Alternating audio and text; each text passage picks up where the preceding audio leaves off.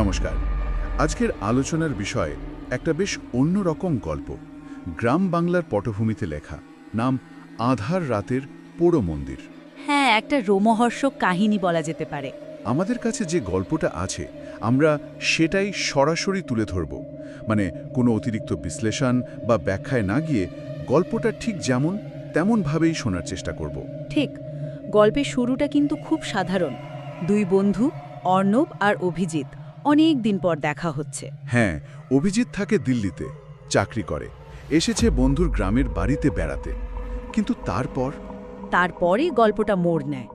এই পর্বে আমরা সেই ঘটনা প্রবাহ, চরিত্রদের অভিজ্ঞতা, এগুলো নিয়ে কথা বলবো। একেবারে গল্পের ভেতর ঢুকে পড়ার চেষ্টা আর কি। দারুণ, তাহলে শুরু করা যাক। অর্ণব আর অভিজিৎ কলেজের রুমমেট ছিল বোধহয়। হ্যাঁ, প্রায় ৩ বছর পর দেখা। অভিজিৎ দেখছে অর্ণবের গ্রামের বাড়ি, পরিবেশ। অর্ণবের মা খুব যত্ন করছেন। বেশ একটা ঘরোয়া পরিবেশ, কিন্তু এর মধ্যেই অভিজিতের একটা খটকা লাগে। ঠিক, ওই পাড়াটার নাম শুনে, চক্রেশ্বরী তলা। অথচ আশেপাশে কোনো মন্দির নেই। অভিজিৎ জিজ্ঞাসা করে অর্ণবকে। আর অর্ণব যেন একটু এড়িয়ে যেতে চায় ব্যাপারটা, কেমন একটা ইতস্তত ভাব। এখান থেকেই রহস্যের শুরু। অভিজিতের কৌতূহল তাতে আরও বাড়ে।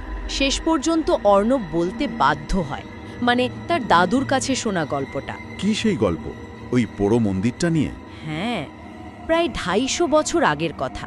তখনকার জমিদার, তিনি নাকি স্বপ্নাদেশ পেয়েছিলেন মা চক্রেশ্বরীর মন্দির প্রতিষ্ঠা করার। চক্রেশ্বরী দেবী, ইনিকে?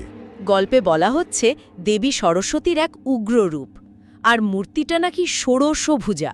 ১৬টা হাত? এ তো সচরাচর দেখা যায় না। একদমই না। শুরুতেই একটা অন্যরকম ব্যাপার।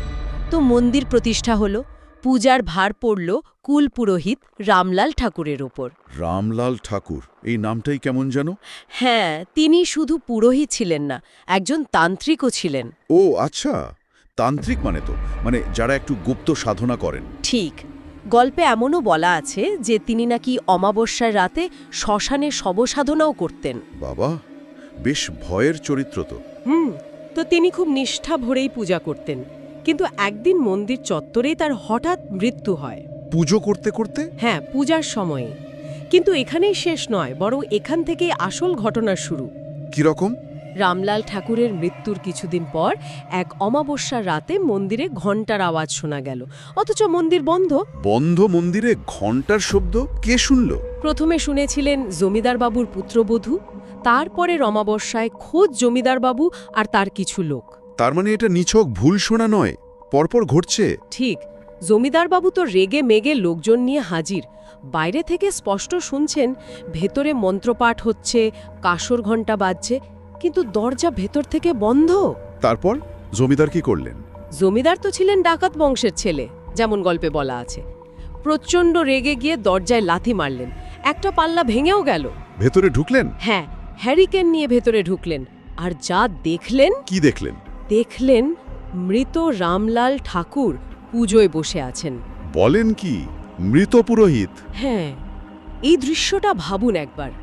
জমিদার তো অবাক, তিনি রামলাল ঠাকুরকে চ্যালেঞ্জ করলেন। মৃত মানুষকে চ্যালেঞ্জ? হ্যাঁ, মানে সেই মুহূর্তে হয়তো ঘোরটা কেটে গেছিল, কিন্তু রামলাল ঠাকুর ঘুরে তাকালেন আর অভিশাপ দিলেন। অভিশাপ? কি অভিশাপ? বললেন, মায়ের পুজোতে বাধা দিলি ঝাড়খাড় হয়ে যাবি, নির্বংশ হবে তোর সংসার। সর্বনাশ! তারপরেই নাকি তিনি ধোঁয়ার মতো মিলিয়ে নিলেন, অদৃশ্য। আর সেই অভিশাপ সত্যি হলো? গল্প অনুযায়ী অক্ষরে অক্ষরে ফলেছিল। জমিদার বাবু পক্ষাঘাতগ্রস্ত হয়ে গেলেন, বিছানায় পড়ে গেলেন। শুধু তাই? না, এরপর একে একে তার ছেলে, ছেলের বউ, সবার রহস্যজনক মৃত্যু হলো। শেষে জমিদার নিজেও শোকে আর অসুস্থতায় মারা গেলেন। পুরো পরিবার শেষ? হ্যাঁ, জমিদার বাড়ি, মন্দির সব পরিত্যক্ত হয়ে গেল। লোকে বলে অভিশপ্ত। এই ঘটনাটা কিন্তু অনেক পুরনো দিনের গ্রাম বাংলার কিংবদন্তির মতো শোনায়। অভিশাপ, তার ফল। ঠিক, মানে এর মধ্যে হয়তো একটা বার্তাও থাকে যে কিছু বিশ্বাস বা শক্তিকে ঘাঁটাতে নেই। জমিদার বাড়িটা পরেও অনেকে পেয়েছে, কিন্তু কেউ টিকতে পারেনি। আচ্ছা, এবার একটু বর্তমানে ফেরা যাক। অর্ণব যখন অভিজিৎকে এই গল্পটা বলছে, সে তো বর্তমানেও কিছু ঘটনার কথা বলল। হ্যাঁ, অর্ণব জানালো যে লোকে বিশ্বাস করে আজও প্রতি অমাবস্যার রাতে রামলাল ঠাকুরের আত্মা মন্দিরে পূজা করতে আসে। আজও? এত বছর পরেও? হ্যাঁ, এটাই গ্রামের বিশ্বাস। আর শুধু তাই নয়, যারা নাকি কৌতূহলবশত ওই পুজো দেখতে গেছে বা কোনোভাবে বিরক্ত করেছে, তাদের কি হয়েছে? তাদের নাকি ভয়ঙ্কর পরিণতি হয়েছে। কেউ মারা গেছে, কেউ অন্ধ হয়ে গেছে, কেউ বোবা, কেউ বা পাগল। সাংঘাতিক। অভিজিৎ শুনে কি বলল? সে তো শহরের ছেলে, এসব বিশ্বাস করার কথা নয়। অভিজিতের মনে তো সংশয় ছিলই, কিন্তু তার বন্ধু অর্ণব, যে গ্রামের কলেজে পড়ায়, সে যখন এত জোর দিয়ে বলছে, তখন পুরোপুরি উড়িয়েও দিতে পারছিল না। একটা দ্বন্দ্ব আর কি, বিশ্বাস আর অবিশ্বাসের। একদম। আর অর্ণব কিন্তু খুব ভয় পেয়েছিল। সে বারবার অভিজিৎকে সাবধান করছিল। কেন? মানে সে কি মনে করে রামলাল ঠাকুর খুব শক্তিশালী? অর্ণবের কথায় রামলাল ঠাকুর নাকি সাধারণ আত্মা নন, তিনি পিশাচ সিদ্ধ সাধক। পিশাচ সিদ্ধ সাধক, এর মানে কি? পিশাচ মানে তো সাধারণত অশুভ আত্মা বোঝায়, আর সিদ্ধ সাধক মানে যিনি সাধনায় ক্ষমতা লাভ করেছেন। দুটো মিলিয়ে মানেটা বেশ ভয়ঙ্কর দাঁড়ায়। মৃত্যুর পরেও তার তান্ত্রিক শক্তি রয়ে গেছে। এই বিশ্বাসটাই বোধহয় স্থানীয়দের ভয়টাকে আরও বাড়িয়ে দিয়েছে। হ্যাঁ, কিন্তু অভিজিতের মাথায় অন্য চিন্তা ঘুরছিল। কি রকম? সে ভাবছিল, যদি প্রমাণ করা যায় যে এসব ভূত প্রেত কিছু না, তাহলে হয়তো গ্রামের লোকের ভয় ভাঙবে আর মন্দিরটাকেও হয়তো সংস্কার করা যাবে। তার মানে সে নিজেই প্রমাণ করতে চেয়েছিল। মনে মনে হয়তো সেটাই ঠিক করেছিল, যে নিজেই একবার রাতে গিয়ে দেখবে ব্যাপারটা কি। আচ্ছা, এর মধ্যে অর্ণব কি ওকে মন্দিরটা দেখাতে নিয়ে গিয়েছিল দিনের বেলায়? হ্যাঁ, বিকেলে গিয়েছিল। পোড়ো মন্দির, ভাঙ্গা জমিদার বাড়ি, অর্ণব বর্ণনাও দিয়েছে সেগুলোর। মন্দিরের দেওয়াল বট অশ্বত্থের শিকড়ে ঢাকা, অদ্ভুত সেই ষোড়শভুজা মূর্তি, পরিবেশটাই কেমন গা ছমছমে। জমিদার বাড়ির ধ্বংসাবশেষ? দিনের বেলা তো নিশ্চয়ই ভুতুড়ে লাগে। তা তো লাগেই। আর এই সময়ে অর্ণব কথায় কথায় বলে ফেলল যে সেদিনই অমাবস্যা। ওহ, ঠিক সেই দিনই অমাবস্যা। এটা শোনার পর তো অভিজিতের ইচ্ছাটা আরও বেড়ে যাওয়ার কথা। ঠিক তাই, অমাবস্যার রাত তো এমনিতেই এসব অলৌকিক ঘটনার সঙ্গে জড়িয়ে থাকে। অর্ণব কি বুঝতে পেরেছিল অভিজিতের মনের কথা? মনে হয় পেরেছিল, তাই সে খুব করে বারণ করল, প্রায় জোর করে বলল রামলাল ঠাকুরকে যেন হালকাভাবে না নেয়। কিন্তু অভিজিৎ কি শুনল? মুখে হয়তো হ্যাঁ বলল, কিন্তু মনে মনে তার পরিকল্পনাটা কিন্তু বদলায়নি। সে ঠিক করেই রেখেছিল রাতে যাবেই। এরপর তাহলে রাতের ঘটনা, এটাই গল্পের সবচেয়ে উত্তেজনার জায়গা। হ্যাঁ, সবাই ঘুমিয়ে পড়ার পর অভিজিৎ চুপি চুপি বেরোলো। অর্ণবও ঘুমিয়ে। ঘুটঘুটে অন্ধকার রাত, অমাবস্যা, নির্জন রাস্তা। মোবাইলটা সুইচ অফ করে দিয়েছে সে, মানে একেবারে একা। মন্দিরের কাছে যখন পৌঁছলো তখন সে একটু অবাক হলো। অন্ধকারে মন্দিরটাকে নাকি ওর নতুন বলে মনে হচ্ছিল, আর ভেতর থেকে মন্ত্র পড়ার মৃদু আওয়াজ আসছিল। মন্ত্র পড়ার আওয়াজ বন্ধ মন্দিরে? হ্যাঁ, অভিজিৎ ভাবল এই তাহলে সেই লোকটা যে রামলাল ঠাকুর সেজে গ্রামের লোককে ভয় দেখায়। একে আজ ধরতেই হবে। একটা চ্যালেঞ্জ করার মানসিকতা, বা হয়তো একটু বেশি আত্মবিশ্বাস বলা যায়। সে মন্দিরের সিঁড়ি বেয়ে উঠে দাঁড়ালো, লোকটাকে চ্যালেঞ্জ করল। কে ওখানে? লোকটা কি সাড়া দিল? হ্যাঁ, লোকটা ঘুরে তাকালো, আর অভিজিৎ দেখল তার চোখ দুটো আগুনের গোলার মতো জ্বলছে। বলেন কি? এই দৃশ্য দেখে অভিজিতের সব সাহস উবে গেল। সে বুঝতে পারল এ সাধারণ কেউ নয়। সে পালানোর চেষ্টা করল। পালাতে পারল না, দরজার কাছে আসতেই দেখল ৩ জন দাঁড়িয়ে আছে, পথ আটকে। ৩ জন? কারা? 2 জন পুরুষ, 1 জন মহিলা, একেবারে মূর্তির মতো নিষ্প্রাণ। গল্পে যেমন বলা হয়েছে, যেন পাথরের মূর্তি, জীবন্ত মানুষ নয়। মনে হচ্ছিল না। তাদের মধ্যে একজন নাকি মটমট শব্দ করে হাতও তুলেছিল অভিজিতের দিকে। সাংঘাতিক। অভিজিৎ তখন কি করল? সে আর কি করবে, ভয়ে জমে গেছে।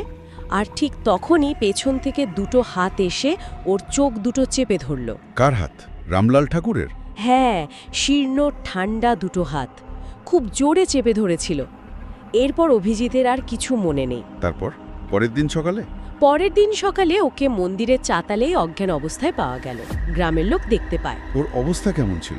মুখটা নাকি কালচে হয়ে গেছিল, আর চোখ দুটো বন্ধ, কিন্তু চোখের কোলবে শুকনো রক্তের দাগ, যেন যেন চোখ উপড়ে নেওয়ার চেষ্টা হয়েছিল। কি ভয়ঙ্কর!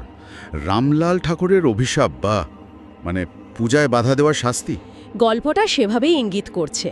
ওকে প্রথমে গ্রামের হাসপাতালে, তারপর অবস্থা খারাপ দেখে কলকাতায়, শেষে দিল্লিতে নিয়ে যাওয়া হয় মালু চিকিৎসার জন্য। কিন্তু ওর চোখ? শেষ রক্ষা হয়নি।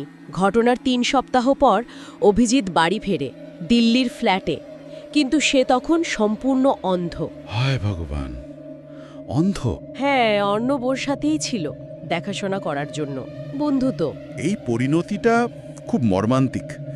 একটা বেড়াতে আসা, একটা কৌতূহল, আর তার ফল এতটা ভয়ঙ্কর। ঠিক। গল্পটা শেষ হচ্ছে অভিজিতের নিজের ভাবনা দিয়ে। সে ফ্ল্যাটে বসে আছে, অন্ধ। কি ভাবছে সে? সে ভাবছে লোককথা বা মানুষের বিশ্বাসকে তাচ্ছিল্য করার ফলে কি সে পেল? দোষটা হয়তো তার নিজেরই। অন্ধবিশ্বাস নয়, বরং অজানাকে জানার বা বোঝার চেষ্টা না করে শুধু যুক্তি দিয়ে উড়িয়ে দেওয়ার যে অন্ধ অবিশ্বাস, সেটাই হয়তো তাকে এই পথে এনেছে। খুব গভীর একটা উপলব্ধি। হ্যাঁ, শেষে সে তার ব্লাইন্ড স্টিকটা হাতরে খুঁজে নেয়। এখন ওটাই তার চলার পথের একমাত্র ভরসা। এখানেই গল্পটা শেষ। অভিজিতের জীবনটা যেন ওই পোড়ো মন্দিরের অন্ধকারেই হারিয়ে গেল। একটা প্রশ্ন কিন্তু থেকেই যায়, তাই না? কি প্রশ্ন? এই যে এত সব ঘটনা ঘটল, এগুলো কি শুধুই কাকতালীয়, নাকি সত্যিই এমন কিছু আছে যা আমাদের জানা জগতের বাইরে? ওই লোকবিশ্বাস, ওই কিংবদন্তি, এগুলোর কি কোনো ভিত্তি থাকতে পারে? এই প্রশ্নটা ভাবায়। বিশ্বাস, অবিশ্বাস, যুক্তি, ভয়, এগুলোর সীমা ঠিক কোথায়? কিছু জিনিস কি সত্যি ব্যাখ্যার অতীত? হয়তো হয়তো কিছু জিনিস না ঘেটে দূরে থাকাই ভালো। এই ভাবনাটাই আমরা রেখে যাই। একদম। আজকের মতো এখানেই শেষ করছি। নমস্কার। নমস্কার।